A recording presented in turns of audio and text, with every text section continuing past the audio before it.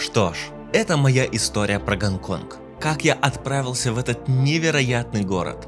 Что я тут забыл, спросите вы? Да всего понемногу. Немного интереса к исследованию чего-то нового, немного желания погрузиться в культуру азиатского города, немного просто обычного любопытства, ну и самое главное, желание окунуться с головой в новые приключения где-то на другом краю земли. Так что сегодня я расскажу про Гонконг. Большие небоскребы, крупные порты и оживленное движение превратили город в огромный мегаполис. Но несмотря на внушительный размер и величие, Гонконг сохранил свой уют и аутентичную атмосферу небольших улочек. В своем приключении я отправляюсь в самые необычные, самые захватывающие и самые изумительные места города. Покажу особенности Гонконга, поделюсь своим опытом и расскажу историю про то, как я тут справлялся с огромным количеством чего-то нового, необычного и ломающего мозг. В общем, это мое приключение по Гонконгу, которое получилось действительно незабываемым и полным множеством удивительных открытий. Но давайте не буду сильно долго затягивать, а перейду сразу к делу. Итак, это Гонконг.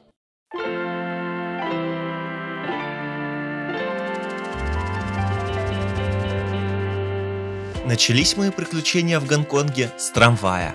Это одна из здешних визитных карточек – двухэтажный трамвай. Местные жители дали ему название Динь-Динь из-за часто звонящего колокольчика, который предупреждает о приближении трамвая.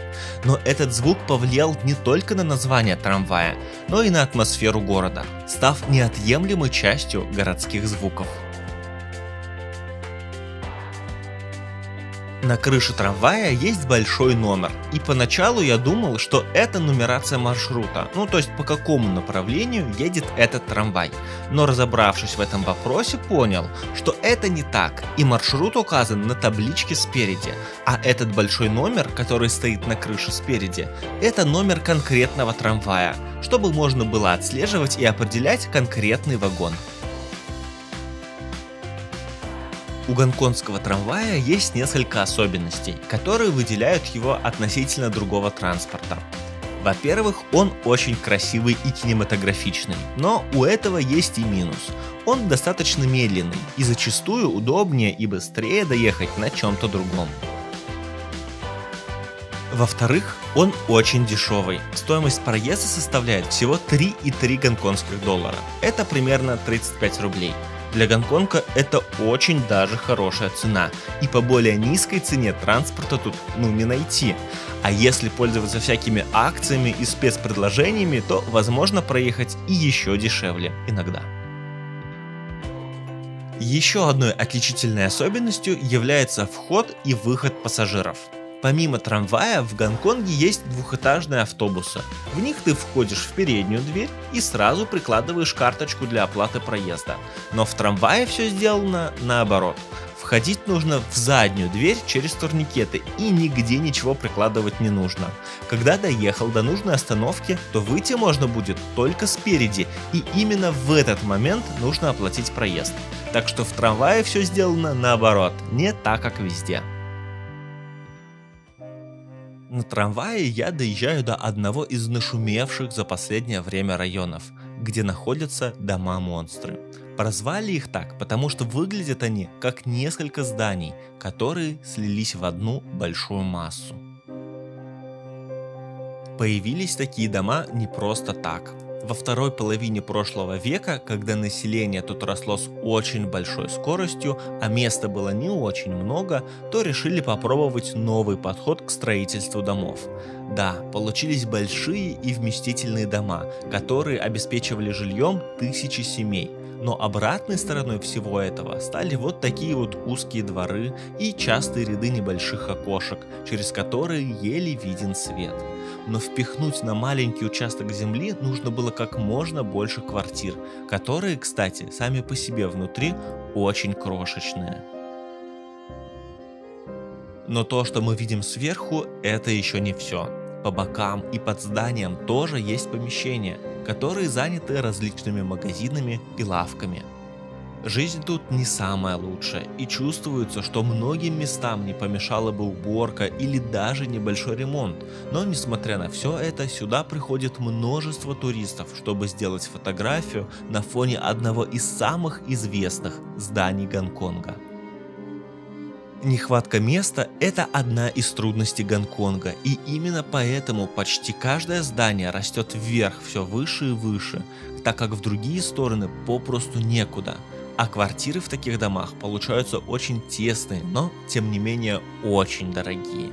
И у простых жителей часто и особо выбора-то и нет, и приходится жить вот в таких вот домах. Во дворе одного такого дома я замечаю местный продуктовый рынок. В небольшом пространстве среди возвышающихся вокруг домов расположились торговые палатки. Вообще, рынки Гонконга – это яркий коктейль из хаоса, ароматов и ударов по рукам. Ну, в том плане, что много совершенных сделок. По городу раскидано очень много всяческих рынков, которые могут быть и среди вот таких вот непривлекательных домов-монстров, и среди блестящих небоскребов центра.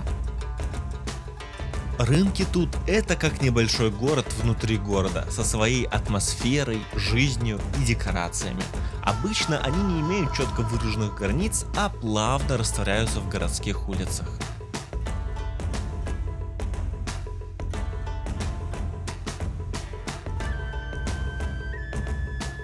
Тут можно найти все, что угодно: игрушки, сувениры, украшения, домашнюю утварь, ну и конечно же еду. Некоторые рынки открываются только вечером и работают допоздна, а некоторые наоборот весь день и к вечеру закрываются. Часто тут присутствует разделение на специализацию торговых улиц.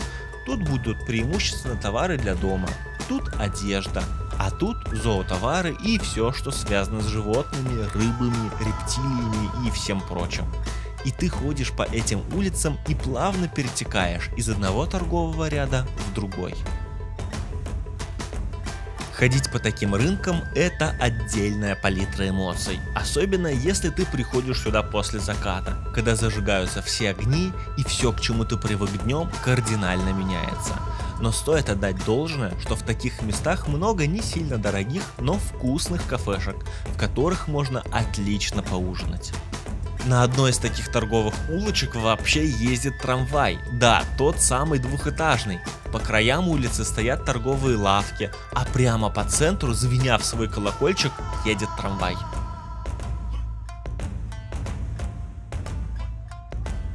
Так что вот такая вот тут атмосфера. Где-то ездит трамвай, где-то рубят мясо, где-то плещет рыба, но на то это и местные рынки, чтобы создавать вот такую вот неповторимую атмосферу.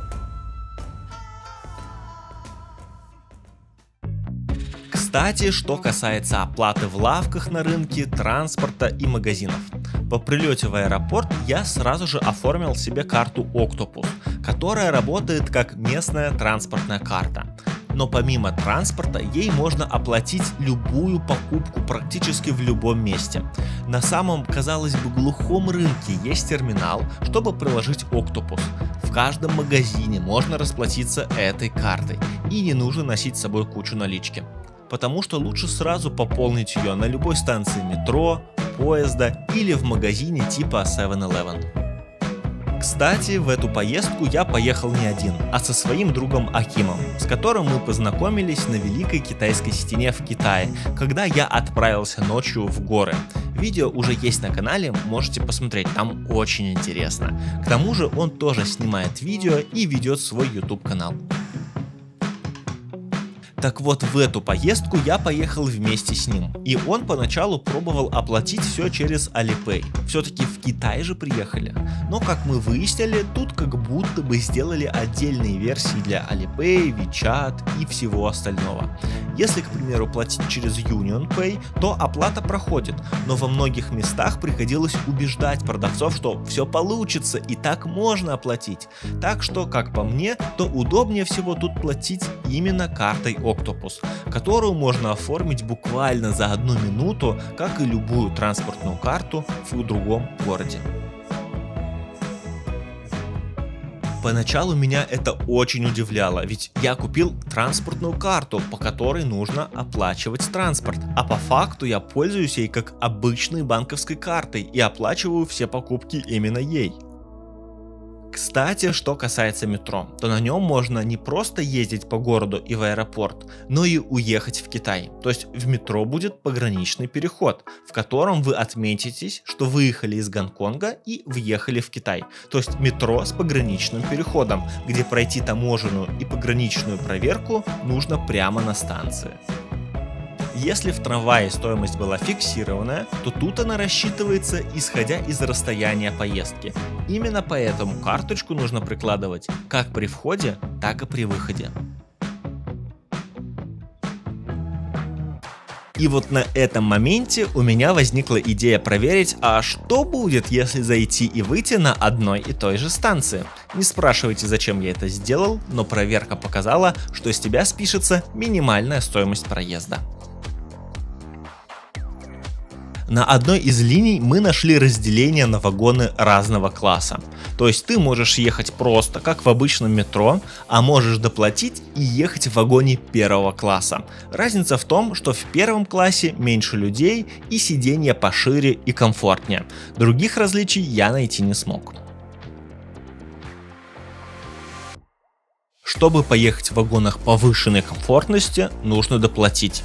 Для этого либо на станции, либо прямо в вагоне нужно приложить свою карту к терминалу и пройти внутрь. Сколько же это все стоит? Как я понял, четкой цены нет. Там все рассчитывается с учетом коэффициентов и дальности, но в итоге такая поездка обойдется примерно в 2 раза дороже, чем обычная поездка на метро. Ну это как я посчитал. Но это не на всех линиях есть, это была ветка, которая уходит далеко в пригород, так что большая ее часть ближе к пригородной электричке, нежели чем к метро. Но вот что удобно сделано, так это индикатор, с какой стороны на следующей остановке будут открываться двери. Сразу можно приготовиться и понять, куда выходить. Веток не так много, как в Пекине или Токио, но количество выходов тут иногда много. И меня забавляли вот такие вот алфавитные указатели. Не потому что они буквенные, а потому что, как в азбуке, все идет подряд и все в одну сторону. В Гонконге есть еще один вид транспорта, если это, конечно, можно так назвать. Так как местность тут гористая и холмистая, то для людей, которые живут наверху, на холмах и работают внизу в городе, нужен удобный маршрут от работы до дома. Для решения этой проблемы тут сделали самую длинную в мире систему уличных эскалаторов, которая растянулась более чем на 800 метров. Утром она работает сверху вниз, чтобы по ней можно было удобно добраться из дома на работу. Но после 10 утра и до самого вечера эскалаторы переключаются на подъем. И тут не нужна никакая карта для оплаты. Все это бесплатно и удобно. В середине система эскалаторов и траволаторов проходит через квартал с уличными граффити. Тут благодаря фестивалям уличного искусства появилось множество росписей на домах. И теперь этот квартал стал как магнит для туристов, которые приходят сюда сделать фотографию для социальных сетей. Но с другой стороны, получилось очень даже и хорошо, как цветная вспышка в сером бетоне Гонконга. А бетона тут много.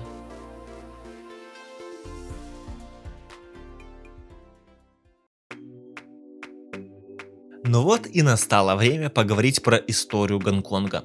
Тут нужно понимать, что эта территория была колонией Великобритании до 1997 года и была передана Китаю буквально недавно, но длительное управление британцев оставило заметный след в планировке и обустройстве города. Что прям с первого дня бросилось мне в глаза – это бетонные улицы. Мы привыкли, что дороги делают из слоев песка и камней, а потом поверх кладут асфальт. А тут улицы выложены просто из бетонных плит. С Британией я аналогии сразу не провел, так как не замечал там распространения такой особенности. А в Лондоне улицы в основном из асфальта или брусчатки. А вот с чем я сразу провел аналогию, так это с США. Именно там я видел такой способ делать улицы. Но в Гонконге британцы активно строили дороги, используя именно бетон для прочности в условиях тропического климата и холмистой местности. Второе, что сразу бросилось в глаза, это иногда встречающаяся ломаная разметка на дорогах, которая характерна именно для Англии. Это чисто британская фишка. Сюда также можно добавить и вот эти вот характерные столбы с желтыми плафонами у пешеходных переходов. Тоже сразу прослеживается английский стиль. Естественно, левостороннее движение. Это касается не только автомобилей, но и эскалаторов в метро и всего остального устройства автомобильного и пешеходного движения. Конечно же, английский тип вилки тоже добавляем сюда. Все розетки тут с британским сокетом. А про двухэтажные автобусы я вообще молчу, так как Лондон — это первая ассоциация к двухэтажному автобусу. Ну и конечно же английский язык. Сюда можно спокойно ехать без знания китайского языка. К тому же он вам здесь и не особо-то и поможет, так как тут другой диалект. Но если не вдаваться в подробности, то английский тут все понимают и вы сможете объясниться. Чего не скажешь о материковом Китае. Там с этим бывает очень трудновато.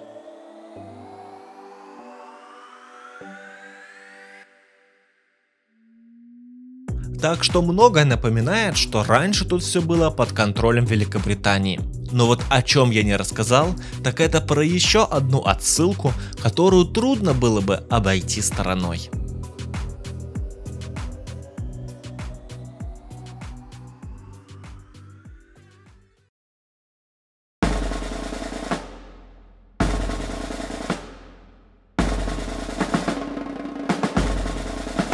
Одним утром мы отправились на настоящие скачки. Да-да, те самые скачки на лошадях. Тут это одно из популярных развлечений, которое собирает большой интерес. Если честно, то я был первый раз на таком мероприятии, и впечатления тут, конечно, непередаваемые. Вход, кстати, был свободный, если, конечно, не покупать билеты на места повышенной комфортности или VIP-ложи. Если приглядеться к отдельным персонажам в толпе, то я заметил, что они что-то отмечают, фиксируют, одним словом основательно подходят к этому вопросу, не просто так смотрят. Хотя, наверное, я бы тоже так делал, если бы поставил большую сумму на какую-нибудь кобылку. Ну вот, все почти готово к гонке. У старта начинают потихоньку собираться участники забега. Перед тем как побежать, лошадей обхаживают и подготавливают к предстоящей гонке. Перед одним из забегов я стал свидетелем того, как одна лошадь начала брыкаться. Ее не смогли успокоить, и в итоге подошел судья с красным флагом и, как я понял, участника дисквалифицировали.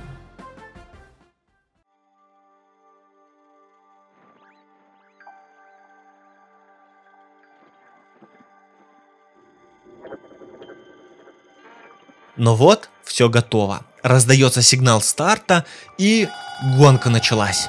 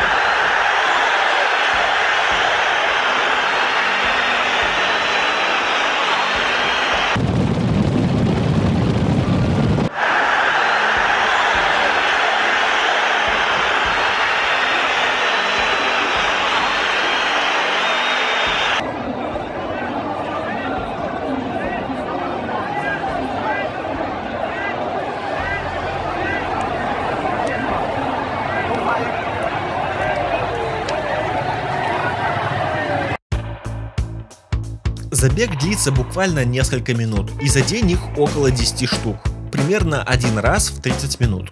После забега победителя ведут на награждение, фотографируют и вручают сертификат, но вообще все борются за главный большой денежный приз. После того, как все лошади уходят с поля, по всему маршруту проходят специальные работники ипподрома, чтобы проверить землю на неровности и ямы, которые могли образоваться во время забега. Дополнительно проверяется все оборудование, равняется и обрабатывается трава и почва.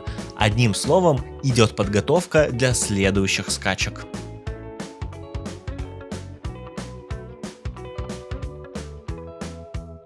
Сидеть 30 минут в ожидании следующего забега не очень интересно, а сами скачки достаточно быстро заканчиваются, поэтому, как по мне, сильно долго тут делать нечего. Ну, разве что ты поставил на чью-нибудь победу и ждешь, чем в итоге все закончится. Но в любом случае я очень не жалею, что приехал сюда, хоть это и был дальний стадион. В Гонконге есть два ипподрома для скачек. Один находится прямо в городе, а другой в пригороде. И я вначале, видимо, не так что-то посмотрел, и мы приехали на городской ипподром Happy Valley. И только на месте нам сказали, что все проходит не тут, а на дальнем ипподроме за горой. И нам пришлось еще 1 час ехать в другой конец города, чтобы все-таки попасть на это событие. Но оно действительно стоило того. После скачек мы отправляемся на одну из самых известных смотровых площадок Гонконга – Виктория Пик, чтобы успеть до заката. Вообще туда ходит панорамный фуникулер, но платить $62 за него и стоять в очереди нам почему-то не захотелось, поэтому решили, что поедем на автобусе. Ну вот, проезжает один, затем второй, и каждый настолько наполнен пассажирами, что даже не останавливается на остановке. Чтобы хоть как-то успеть до захода солнца, мы решаем взять такси. И, подобрав еще одного китайца, который тоже туда хотел и был готов разделить с нами счет, едем на смотровую площадку Виктория Пик.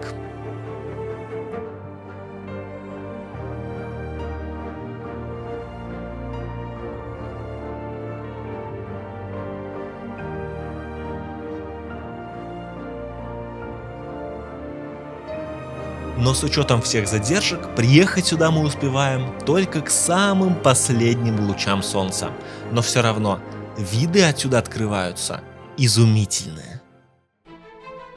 Солнце потихоньку уходит за горы, виднеющиеся на дальнем острове. В городе понемногу начинают зажигаться огни. На склонах медленно начинают погружаться в темноту дома. А ты смотришь на это все сверху, как медленно угасает день, а корабли везут грузы в порт. Виктория Пик – это отличное место, чтобы увидеть Гонконг сверху. И все-таки правы были все справочники и путеводители, что сюда нужно обязательно приехать.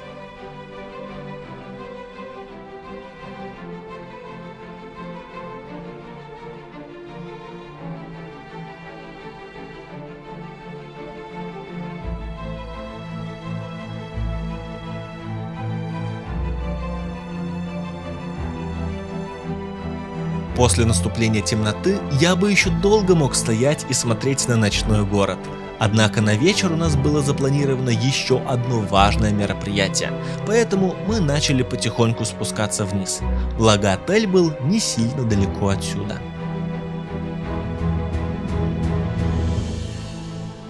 Вниз ведет живописная тропа, с которой через просветы деревьев виден сияющий город. Спускаться вниз было одно удовольствие. Да, конечно, наклон был внушительный, и идти было не так легко, как казалось в начале, но по сравнению с тем видом, что открывается отсюда, это уже были мелочи.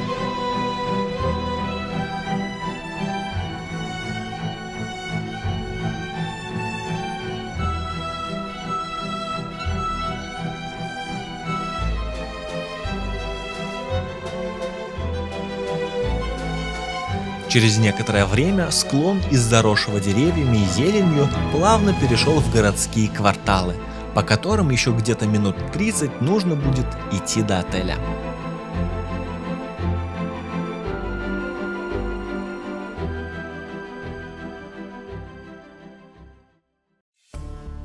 Так как в Гонконге очень жарко, то буквально через 10 минут на улице ты становишься весь потный. А после целого дня похождений вся футболка и шорты были насквозь мокрые. Был даже случай, когда я подхожу к питьевому фонтанчику и чувствую, что вода соленая. Думаю, что не так? И сразу же понимаю, что это пот с моего лица попал мне в воду, когда я не очень аккуратно подносил голову к воде. Так что тут очень жарко и, естественно, приходится много потеть. Поэтому на этот вечер была запланирована стирка. Как же постираться в Гонконге, спросите вы? А все просто. Недалеко от отеля была круглосуточная прачечная самообслуживание. Вообще подобные места я частенько замечал в городе, во время того, как мы тут ходили. Так вот, мы приходим в прачечную, чтобы постирать свои вещи. Но осмотрев все, что тут есть, понимаем, что порошка или какого-нибудь средства, чтобы нормально постираться, тут нет.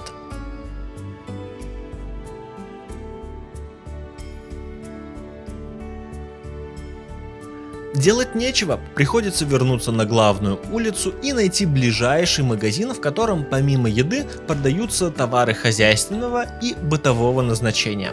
В нем мы выбираем нужное средство и уже с ним возвращаемся обратно в прачечную.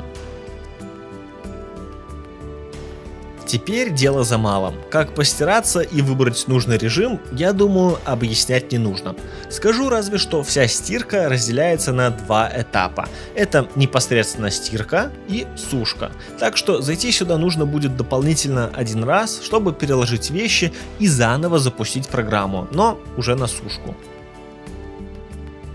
Ну и конечно же без ошибок тут дело не обошлось. Для начала мы не закрыли до конца дверь стиральной машины, и поэтому купленное нами средство частично начало вытекать наружу.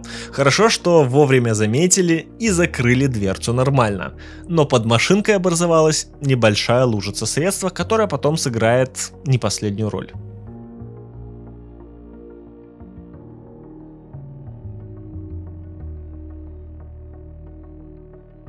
После того, как все постиралось и нужно было собирать вещи, я, естественно, уронил в нее один носок. Так что и тут без приключений не обошлось. Остаток средства, которое до конца не использовали, мы перелили в банку, чтобы взять с собой дальше. Мало ли дальше в поездке, к примеру, в Макао, тоже нужно будет посетить подобное заведение.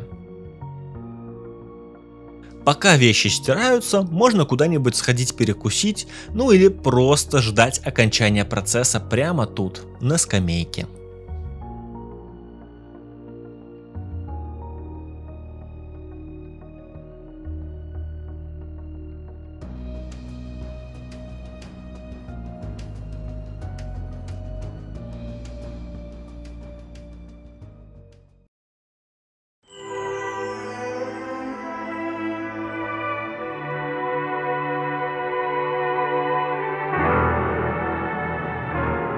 Следующее утро началось с паромной переправы.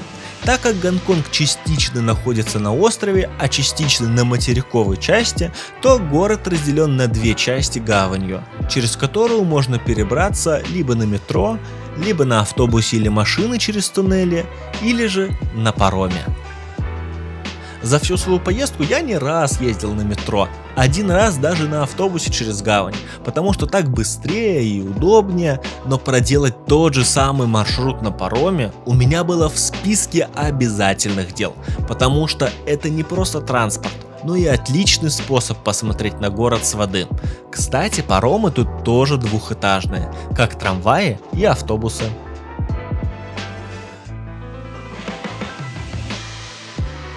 Несмотря на все стереотипы о водном транспорте, что он самый медленный, водная прогулка на пароме по факту оказывается не такой уж и длинной.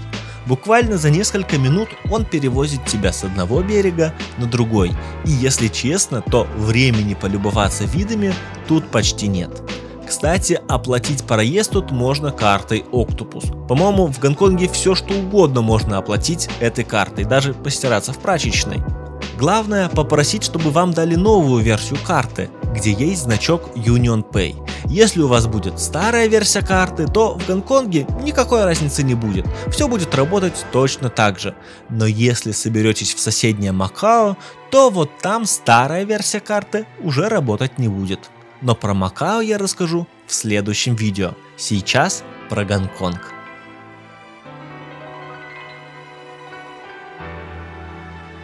Сойдя на берег с парома, можно прогуляться по набережным гавани. А это действительно стоит сделать, так как именно отсюда открывается вид на город со стороны. Отсюда можно посмотреть на небоскребы, не сильно задирая голову вверх. Ну и еще, когда просто гуляешь по городу, то не особо замечаешь горы, которые окружают Гонконг со всех сторон. А отсюда их видно хорошо. И по сравнению с ними, все эти высокие небоскребы уже не кажутся такими высокими. Но в горы я потом обязательно схожу и покажу вам, что там находится. А пока вернемся на набережную, где, гуляя вдоль воды, на некоторых спусках вниз можно встретить крабов. Самое известное место тут — это Авеню Звезд, аналог Аллеи Славы в Голливуде. Но тут вместо звезд памятные таблички и отпечатки рук известных деятелей киноиндустрии Гонконга, которые сделали город центром азиатского кино. Да и просто прогуляться вдоль воды, мне кажется, очень здорово, потому что, гуляя тут, вообще забываешь про время, про то, что тебе куда-то нужно, и просто тихо прогуливаешься с отличными видами на город, воду, проплывающие корабли и отдыхающих горожан и туристов. Но самое интересное тут начинается ночью, точнее в 8 вечера. На набережной собирается большая толпа, чтобы посмотреть световое шоу. Кстати, поначалу я думал, что вот эти вот скошенные возвышения на самом краю набережной, это чтобы высокие волны не заплескивали за край. Возможно, это действительно так, но у этого есть и второе применение. Чтобы удобно было сидеть на перилах и наблюдать за шоу «Симфония огней». И вот все начинается. Если честно, я думал, что для шоу будут использованы все небоскребы, которые видны на другом берегу, но по факту участвовало только 6 штук, и то не полностью, а только некоторыми огнями. Я ожидал немного большего масштаба, но по большому счету и так тоже было здорово. Огни зажигались под играющую музыку, которая была то оживленная, то медленная, но в любом случае всю эту картину дополняли плавающие по гавани корабли, и посмотреть было на что. Во время шоу над одним из небоскребов мы заметили, как несколько дронов как будто бы начали выходить на позиции и к чему-то готовиться. Неужели будет еще и шоу дронов, подумал я, но сколько бы мы ни ждали, они так и не полетели. Вот и световое шоу закончилось, и все начали расходиться, но, видимо, не в этот раз, решили мы, и пошли к пристани, потому что нужно было перебраться на другой берег. И вот опять паром, который должен нас доставить обратно на островную часть. Но как только мы отчалили, в небе зажглись огни дронов. Вот оно, воздушное шоу. Видимо, оно должно было начаться немного позже, но в любом случае увидеть его с воды тоже неплохо. В воздухе над водой начали появляться всякие фигуры, анимации и предметы. Да, ракурс был сбоку, но все равно было очень интересно и зрелищно. Когда паром уже причаливал к берегу, шоу еще не закончилось. И когда бы я сошел на землю, то хотел бы успеть выбежать на пирс, чтобы досмотреть все, но уже с берега.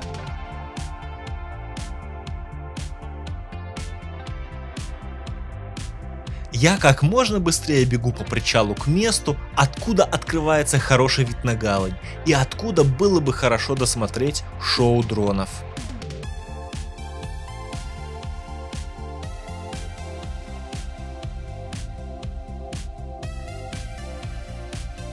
И вот последние фигуры, и дроны начинают медленно садиться обратно вниз. Но что бы там ни было, было очень здорово попасть на такое представление.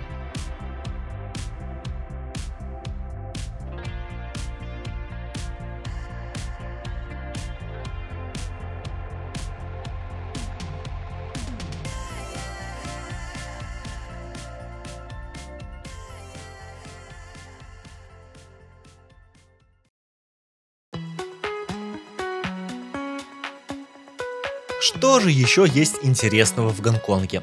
Несмотря на то, что места тут не очень много и все свободное пространство застраивается высокими домами, город без зеленых участков смотрелся бы не очень хорошо. И несколько таких мест я, конечно же, посетил. Первым на моем пути был Коулун парк. Так, конечно, говорить может быть не очень правильно, но я бы его обозначил как центральный парк города, так как находится он в центре, один из самых больших, и обычно все путеводители по Гонконгу советуют его посетить. И именно в этом месте я понял, что нахожусь далеко-далеко от дома, и природа тут совершенно другая. Да и просто сменить атмосферу шумного, оживленного города на тихий парк, как по мне, была идея неплохая. В парке есть пруд, в котором живут черепахи. Вот целый водоем, который просто переполнен черепахами. Вообще, судя по фотографиям, тут еще должны были быть фламинго. Ну, не прям конкретно в этом пруду, а в этом парке. Но то ли я плохо их искал, то ли они в этот день были где-то в другом месте. Но фламинго вживую я тут не увидел. Зато нашел их в другом месте. Помимо обычных парков, в Гонконге есть зоологический и ботанический сад в одном месте. Чтобы туда попасть из города, нужно пройти по очень необычным дорожкам, развязкам, спуститься вниз, еще немного пройти мимо водопадов и арок, ну, наверное, канализации, хотя вряд ли, не могу тут точно сказать, что это было. И вот ты попадаешь внутрь. Вход, кстати, бесплатный. Внутри самое интересное – это животные. Конечно, они находятся в клетках, то есть место особо не отличается от привычного нам зоопарка. Но вся фишка этого места в том, каких тут можно встретить зверей и птиц. Многих зверей и птиц, которые тут были, я раньше вживую не видел, разве что в мультике про Мадагаскар. Так что, переходя от клетки к клетке, я каждый раз немного удивлялся и ловил себя на мысли, что а вот когда еще я смогу увидеть вот этого зверя? И что до этого самого момента видел их только на картинке. Ну и конечно же фламинго. Тут они были, и их было много. Я обычно не очень люблю ходить в зоопарке, но вот тут получил много эмоций, потому что никогда раньше не видел таких зверей. Но в этот самый момент я пока даже и не подозреваю, что буквально на следующий день вживую встречусь со стаей диких обезьян, и эмоции у меня будут уже немного другие. Но об этом чуть позже.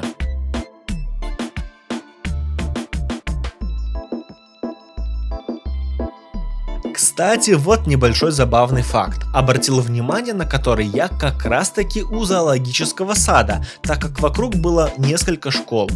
Если смотреть на общую стилистику дорожных знаков в Гонконге, то они очень похожи на те, к которым мы привыкли. Но вот если нужно предупредить о том, что могут быть пешеходы, то тут два разных дизайна.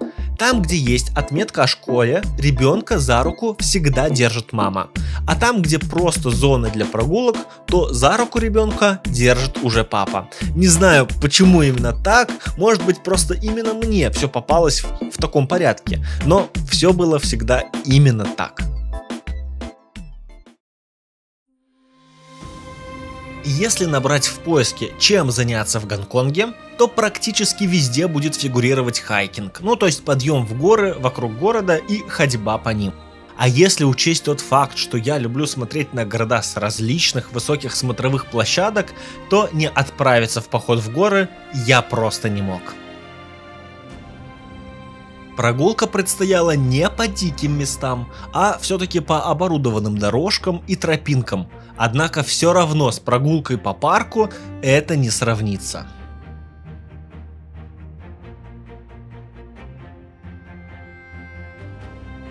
Во-первых, сил тратится тут намного больше, потому что подъем очень крутой, и я частенько останавливался, чтобы перевести дух. Во-вторых, где вы еще сможете увидеть такое, когда поднимаешься все выше и выше, а сквозь просветы деревьев появляется город с небоскребами, то просто дух захватывает.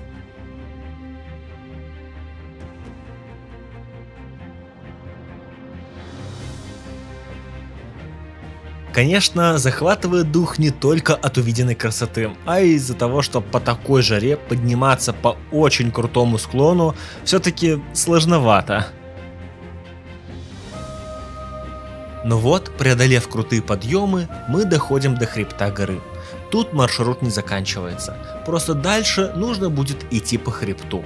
Это далеко не самое высокое место, а мне хотелось взобраться как можно выше, чтобы увидеть Гонконг с высоты птичьего полета. Или даже не птичьего, а с высоты полета облаков. Но чтобы воплотить свою идею в жизнь, мне нужно было все выше и выше взбираться в гору. Чем выше мы поднимались, тем все лучше и лучше становились виды. Сейчас основная цель была дойти до скал Lion Rock. Это одна из самых высоких из ближайших скал, и основная цель была покорить именно ее. И как по мне, именно ради таких впечатлений и стоит путешествовать, лететь на другой край света и тратить половину дня на подъем в горы.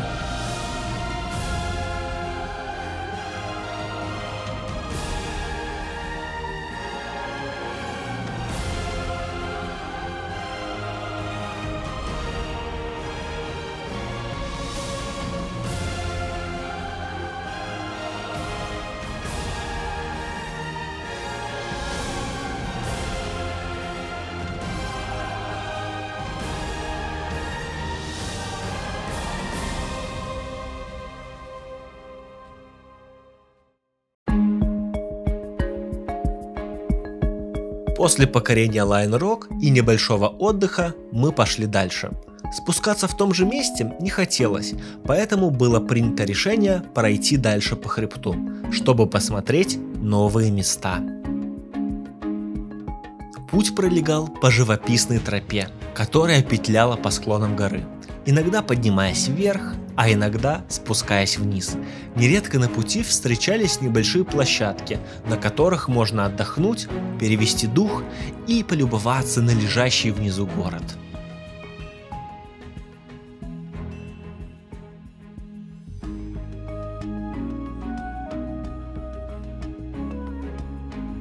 Почти до самого заката мы шли вдоль Гонконга по горным тропам.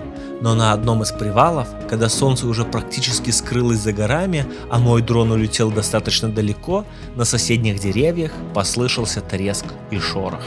Я сначала подумал, что это просто подул ветер и с ветки взлетела птица, но все было куда интересней. Оказалось, что это пришла стая обезьян.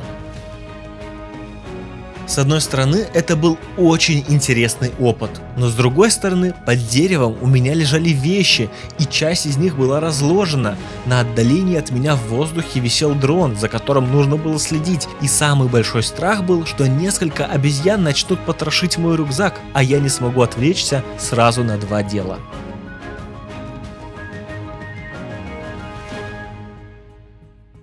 Но в итоге все обошлось, и через некоторое время я даже немного расстроился, что пропустил тот момент, и стая ушла немного в сторону, и уже не очень охотно подпускала к себе. Но сам факт того, что я встретил стаю диких обезьян просто в лесу, уже было целым событием, и вот чего-чего, а такого я точно не ожидал.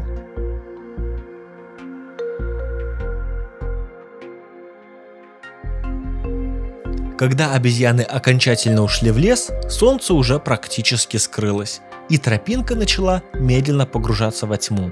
Нужно было спускаться, чтобы дойти до небольшой асфальтовой дороги, по которой можно по темноте будет нормально дойти до города.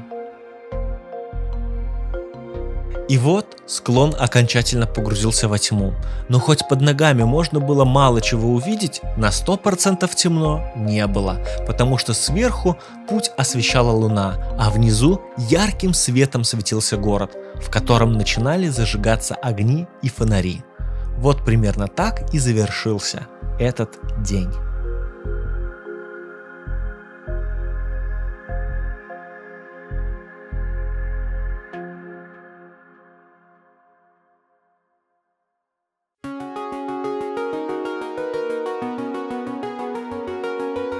Вот про что я вам еще не рассказал, так это про старый аэропорт Гонконга.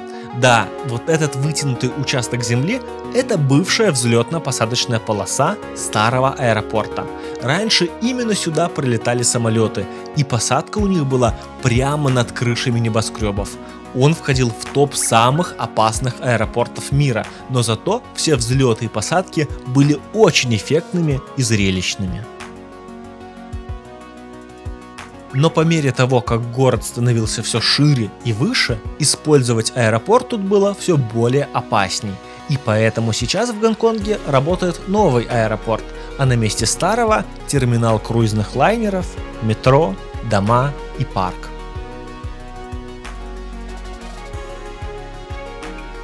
Если честно, если бы старый аэропорт еще работал, то есть в Гонконге было бы 2 аэропорта, то я бы обязательно побывал в обоих. Ну, то есть прилетел бы в один, а вылетел из другого. Ну а что? Ну вот нравится мне все, что связано с авиаперелетами. И, конечно же, хочется посмотреть как можно больше аэропортов. Так, кажется, у меня пошел небольшой дождик. Но когда это меня останавливало от путешествий. Тем более для них у меня есть специальное приложение. PJourney называется. В нем я могу не только посмотреть на карте, где, когда и как я путешествовал, а еще и получить актуальную информацию о рейсе в режиме реального времени, а также статистику и сводные данные о всех своих прошлых путешествиях. В этом плане мне очень нравится иногда заходить в приложение PJourney и смотреть на свои прошлые, иногда и на будущие предстоящие путешествия. И, кстати говоря, эта поездка в Гонконг тоже не обошлась без него. А мне, по-моему, надо искать какое-нибудь сухое место. Да, сервис PJourney приносит мне много положительных эмоций, так же как и исследования новых стран, аэропортов и городов. Поэтому побывать на территории старого аэропорта мне очень хотелось. Но когда я более детально посмотрел, что там сейчас находится, то понял, что от аэропорта там сейчас осталась только форма намыва, а в остальном там просто обычный квартал, такой же, как и в остальном городе. Поэтому, чтобы не тратить время на просмотр самого обычного квартала, я отправился в другое интересное место. Прямо посреди обычных жилых зданий стоит большая яхта. На первый взгляд кажется, что это настоящий корабль, но на самом деле это не так. Это здание специально построили очень реалистично, а внутри сейчас находятся магазины, кафе и рестораны. Но вот на что я обратил внимание, так это на здания вокруг. Этот район уж очень мне напомнил обычные спальные районы, к которым я привык. До этой поездки, когда речь заходила о Гонконге, у меня в голове представлялся город, состоящий только из небоскребов. Вроде бы здесь все так и есть, но в моем представлении все дома были ультрасовременные и из стекла, и поэтому мои фантазии немного не сошлись с увиденным. Но ведь согласитесь, что архитектура очень уж похожа на ту, которая у нас в спальных районах в крупных городах.